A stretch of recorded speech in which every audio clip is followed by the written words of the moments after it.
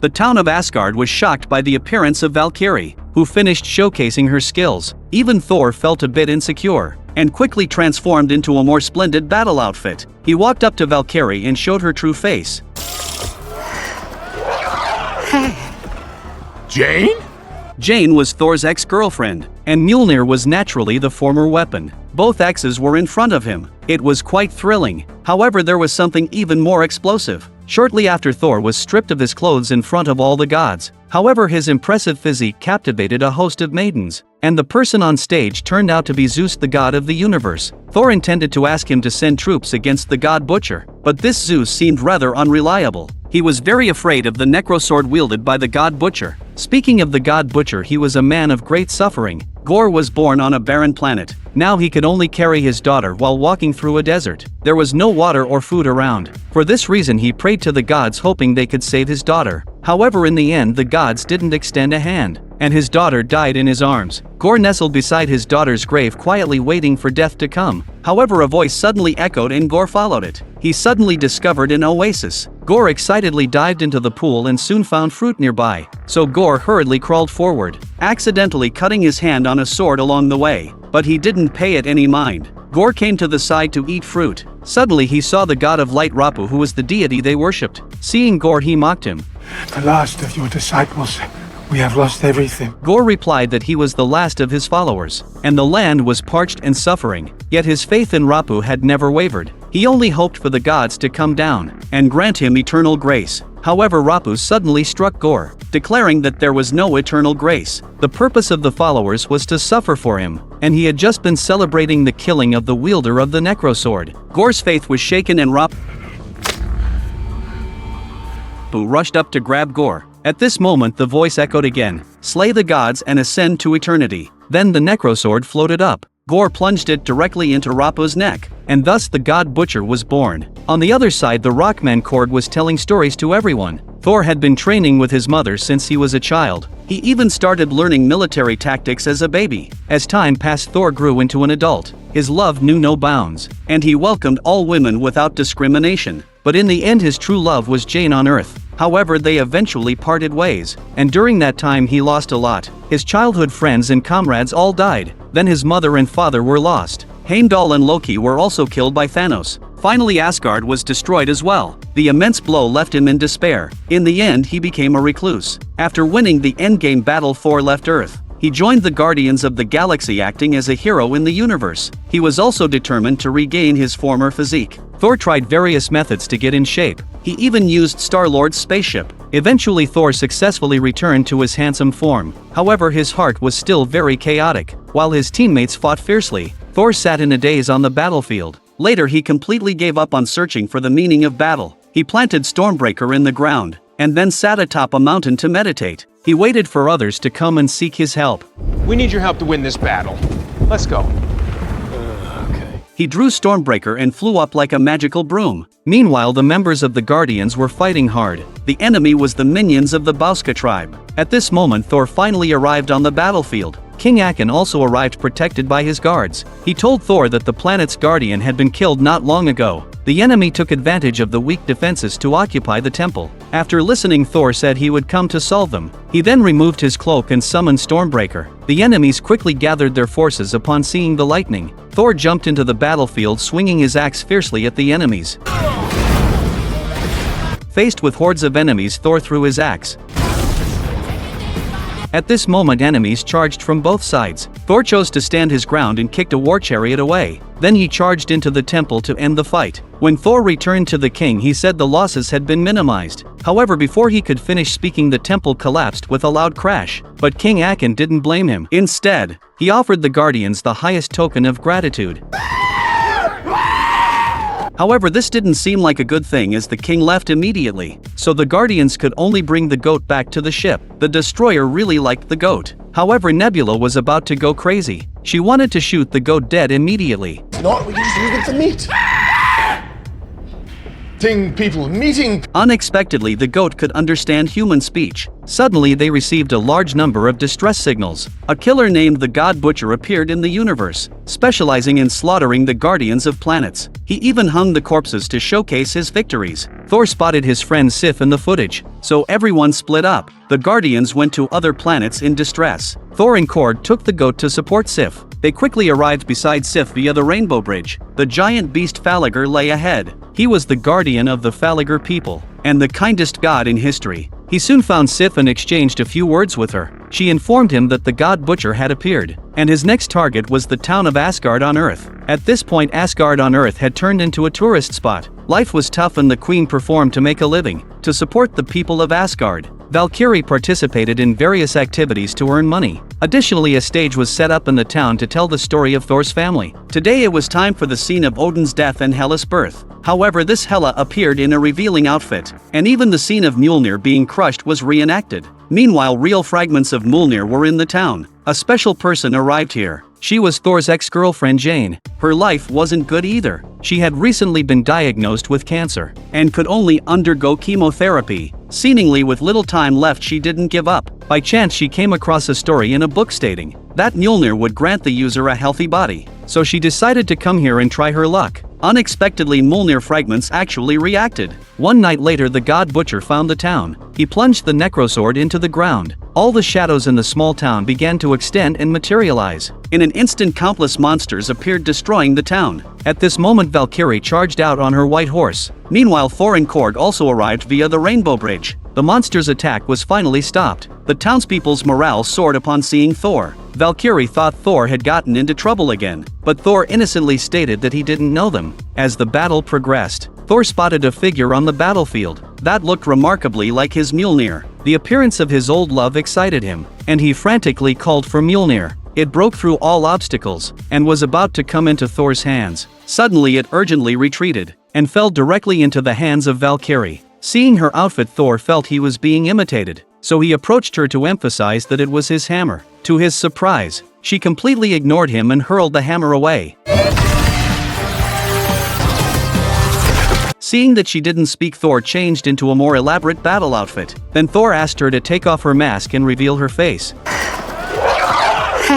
The reason Jane could become Valkyrie dates back to when she defeated Malekith. Thor returned to Earth and lived a happy life with Jane. Although they came from different worlds, it didn't affect their love. Thor taught Jane combat skills while she taught him the ways of being human. As time passed, their love for each other grew stronger. One night after Jane fell asleep, Thor spoke to the hammer hoping it would protect her. To his surprise, Mjolnir actually responded. So when Jane went to the town of Asgard, the hammer reacted immediately. Thus Valkyrie was born. But there was no time for shock. Thor turned and saw the God Butcher Gorr. Gorr slowly approached him, and instantly appeared right in front of him. Just as Thor raised his axe, Gorr vanished, and appeared behind him. With a swift blow, he sent Thor flying several meters away. Thor quickly got up and retaliated, and the two engaged in a fierce battle. Gorr could hide in the shadow, and control monsters to entangle Thor. At this moment, Thor noticed the necrosword in Gorr's hand, a forbidden sword that existed only in legends. What the God Butcher was interested in was actually Stormbreaker in Thor's hand. Thor's greatest taboo was having someone else touch his weapon. He unleashed his godly power to break free from the bindings. Then Thor charged at Gorr, but Gorr simply vanished into the shadows and escaped. However, he didn't leave immediately. Instead, he controlled the monsters to enter the houses. He captured all the children and locked them in a cage. They quickly launched a rescue, but Gorr managed to escape with the children. The next day, Valkyrie gathered everyone in the hall to register the list of missing children. At this moment, Thor was still thinking about Mjolnir in Jane's hand. He extended his hand to summon it. However, what he summoned was Stormbreaker instead. Thor quickly explained that he had meant to call for it. At this moment, the crowd became noisy, and Thor stepped forward. He urged the people of Asgard to unite, declaring that he would go search for the children. But the next second, Stormbreaker threw a tantrum and tossed him back, because it couldn't locate the children either. Just when everyone was at a loss, Heimdall's son Eitri found Thor using the all-seeing eye, and successfully connected under his guidance. Thor learned the location of the children. Gorr intended to take them to the Shadow Realm where there was no color. Gorr's powers would be amplified there, so it would certainly not be enough with just the few of them. So Thor decided to go to the Omniscient City to gather reinforcements. The city was home to the strongest gods in the universe, and they might even encounter Zeus, the god of the cosmos, so they prepared to modify a ship and use Stormbreaker as the power source. While preparing, Thor secretly sought out You moved on quick, didn't you? You're some piece of work. the hammer again to see if he could lift it. What? We were just talking. However, at this moment Jane's body had become very weak. As soon as she put down the hammer, she returned to her original state. But Jane remembered her mother's dying words, never give in no matter what, so she picked up the hammer once more. Soon the group set off on their journey. They arrived at the Omniscient City, where Valkyrie obtained the cloak of the god of emotions for disguise. She easily blended in with the Golden Temple. Various gods sat here, including the god of dreams, the god of carpentry, and even the god of buns. Soon amidst a chorus of cheers a cloud of smoke slowly emerged, and Zeus, the god of the universe, appeared. Even Thor was captivated by him, mentioning that many of his details were inspired by Zeus. Then Zeus created an image of himself using thunder and lightning. However, the upcoming conference discussion wasn't a big deal. It's about where the gathering would be held, and some irrelevant title selections. The group felt that Zeus was also unreliable. Valkyrie wanted to seize the lightning, but Thor stopped her. After all, it would be disrespectful to the god of the cosmos, so he planned to take the stage to speak. At this moment Zeus noticed their voices. Thor stepped to the center of the stage to speak. He spoke of the god butcher Gorr's actions, hoping Zeus would send a team of powerful gods to assist. However, Zeus dismissed it, stating that the ones killed were merely low-tier gods. He argued that Gorr couldn't come here and act recklessly. He added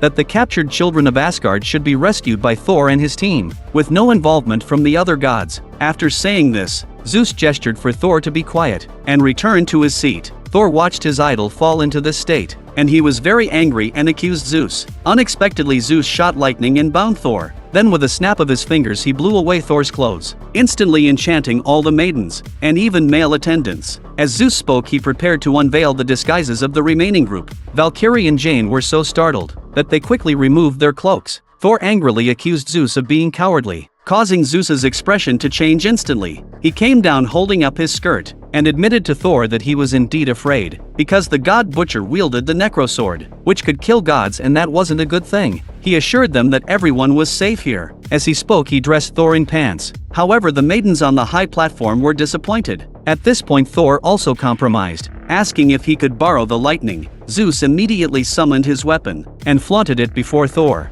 thinking he would agree. Zeus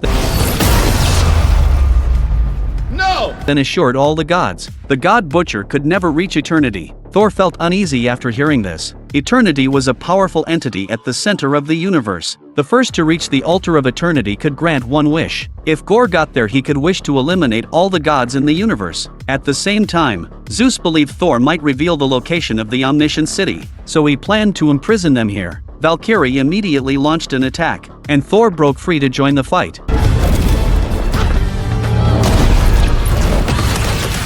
The hall instantly transformed into a battlefield. Zeus hurled his weapon, piercing Korg's body. Thor was furious, and then Zeus aimed to kill him.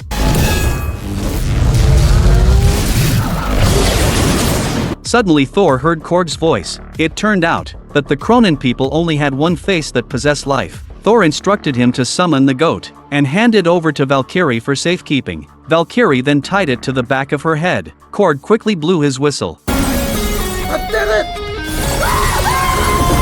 The Valkyrie pulled out thunder and lightning, and then everyone boarded the ship to escape the Omniscient City. On their way to the Shadow Realm, Thor praised the might of the thunder and lightning. Stormbreaker felt a bit annoyed after hearing this, so Thor handed the lightning over to Valkyrie. Thor stated that he had his beloved weapon. Then he went to find Stormbreaker while holding a beer. After a bit of persuasion, Thor successfully reconciled. At this moment Jane also came out, and encountered a space dolphin. Thor wanted to rebuild his relationship with Jane, but she revealed her cancer diagnosis to him. Thor felt immense pain, but also comforted her. Those chosen by the hammer wouldn't easily fall. After talking for a while, they reignited the spark of love. But soon they arrived at the edge of the Shadow Realm, where the colors were fading. An ominous premonition arose. Then the ship arrived at a small asteroid. They saw a cage nearby, but there were no signs of the children inside. Next, they approached a building. Jane discovered a painting that showed the Rainbow Bridge as the key to opening the door to eternity. It's a trap!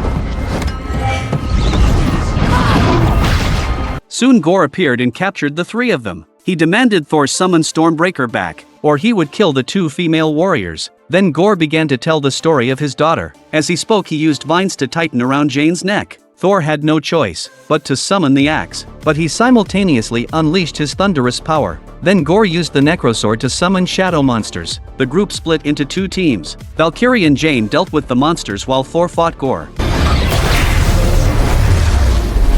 Jane used the hammer to shatter into pieces and kill the monsters. Valkyrie maneuvered across the planet's surface with her new weapon. After clearing the minions, she rushed to support Thor. Valkyrie plunged the lightning into Gorr's back, but the damage was ineffective against Gorr. He was even able to counterattack and seriously injure Valkyrie. Then Thor summoned the Rainbow Bridge to rescue her. However, Gorr was waiting for this moment. He stepped forward and successfully grabbed Stormbreaker, and Thor and his companions were sent back to Earth. At this point, Jane's body had become very weak. Thor could only take her to the hospital. However, the doctor informed him that the cancer was spreading rapidly. It seemed to be due to her use of the hammer. Thor conveyed the news to Jane, telling her to rest here. He would go deal with Gorr and bring back the children. Then Thor took the lightning from Valkyrie. She was also heavily injured, so Thor had to go alone. At this moment, Gorr had already rebuilt the Temple of Eternity. He fixed Stormbreaker in front of the Altar of Eternity. Gorr used the Rainbow Bridge to open the door to eternity. At this moment, the statues of the celestial gods around began to shake. The heads of the statues above the children fell down. In a critical moment, Thor arrived in time to hold onto the boulder. Gorr summoned the shadow monsters again. At this time, Thor gathered the children and urged them to pick up any weapons they could find. He used the lightning to bestow the power of the thunder god upon the children. Then, under Thor's leadership, they engaged in battle with the monsters. The scene was spectacular, with even the toys able to unleash powerful moves. Thor leaped up in front of Gorr. However, Gorr faced Thor without any fear. He instantly knocked Thor's weapon away and launched a series of attacks. At this moment, Jane on Earth sensed Thor's danger. She woke up to find the hammer right beside her. Gorr was about to kill Thor, and in a critical moment, Valkyrie riding a white horse arrived just in time. Thor was saved once again by the hammer. At this moment, Jane's eyes seemed to say that it was better to die in battle than to wait for death in a hospital bed. Thor had no other choice. He told Jane that destroying the necrosword would kill Gorr. Then, with the cooperation of the two Thors, Gorr was pushed back. The two then split up. Thor was tasked with closing the Rainbow Bridge while Jane confronted Gorr. With a series of attacks, the necrosword was truly cracked. Suddenly, a powerful force separated the two. At this point, Thor had closed the Rainbow Bridge, but he didn't notice that the door to eternity had opened. Then Thor tossed Stormbreaker to Eitri, instructing him to take the children back to Asgard. Eitri caught the flying axe, and then activated the Rainbow Bridge to take the children away. Meanwhile, Jane was seriously injured in the recent explosion. Fortunately, Thor arrived just in time to subdue Gorr. Jane threw the hammer with all her might, and Thor quickly adjusted his angle.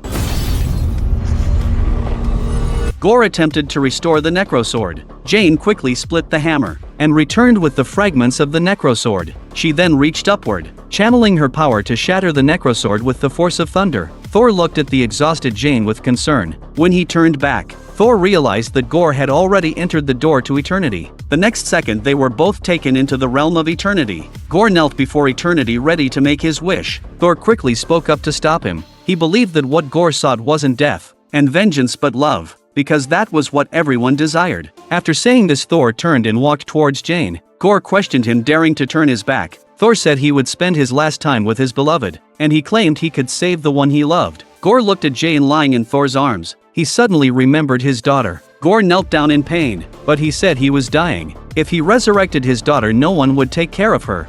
She won't be alone.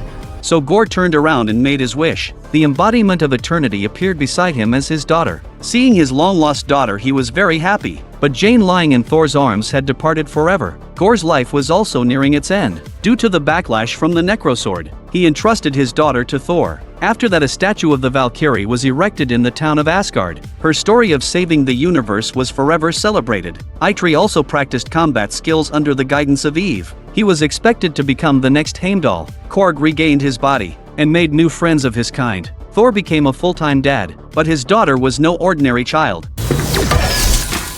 as she was the embodiment of eternity. Thus she was born with divine power. Forming the love and thunder duo with Thor, they roamed everywhere, punishing evil and promoting good. Thor ultimately found his own love. The film ends here. Since Marvel entered Phase 4, the quality of the film seems to have declined sharply. Now only Thor remains among the Marvel Trinity. Although Thor, Love and Thunder didn't perform well at the box office, the overall story quality was still decent. The theme of this film is love. After enduring hardships and nearly losing everything, Thor ultimately found his solace. And this film also has two surprises. First, Zeus isn't dead and has brought his son Hercules to seek revenge on Thor. He has ordered Hercules to kill Thor, but this is destined not to happen, because in the comics Hercules ultimately joins the Avengers. In the second post-credit scene, Jane arrives at Valhalla. She meets Heimdall, which signifies her acceptance by the gods. Thor's story isn't over yet. More sequels will be released later, and I hope the quality of future works will improve. Alright, the video ends here.